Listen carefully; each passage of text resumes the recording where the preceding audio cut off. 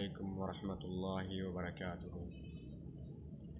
الحمدللہ والصلاة والسلام علی اشرف الانبیاء والمرسلین، اما بعد، قال النبی صلی اللہ علیہ وسلم انہ لیأتی یوم القیامۃ بقرونها واشعارها وازلافها وان الدماء لیقع من اللہ بمکان قبل ان یقع من الارض فطیبوا بها نفسا۔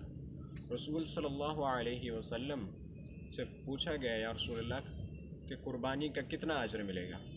رسول صلی اللہ علیہ وسلم نے فرمایا کہ جانور کے بال، اس کی کھوپڑی اور اس کی کھریوں کا بھی وزن کیا جائے گا کل قیامت کو، اور ہر بال کے بدلے اس کو نیکی ملے گی۔